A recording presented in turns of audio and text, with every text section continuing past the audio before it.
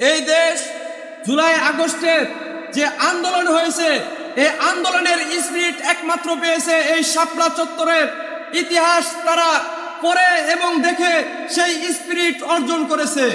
শুধু তাই নয়, আজকে জুলাই আগস্টের আহতদেরকে তারা অনুদান দিচ্ছে এবং তাদের খুনিদেরকে বিভিন্ন প্রশাসনের মাধ্যমে গ্রেফতার করছে। আমরা সাধুবাদ জানাই।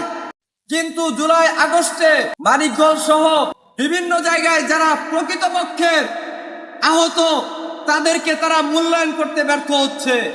আমরা গতকাল এটাও দেখছি যে আমাদের আন্দোলনের মহানায়ক হাসানাত আব্দুল্লাহকে গতকাল গাজীপুরে আওয়ামী লীগরা তাকে হামলা করেছে, অথচ প্রশাসন থেকে এখনো তাদেরকে খুঁজে বের করতে পারে নাই। আমাদের আন্দোলনের মাধ্যমে ডক্টর ইউনূস গদিতে বসেছে, সেই যোদ্ধাদেরকে যদি আপনি নিরাপত্তা না দিতে পারেন তাহলে সেই গদিতে বসার আপনার কোনো অধিকার নাই।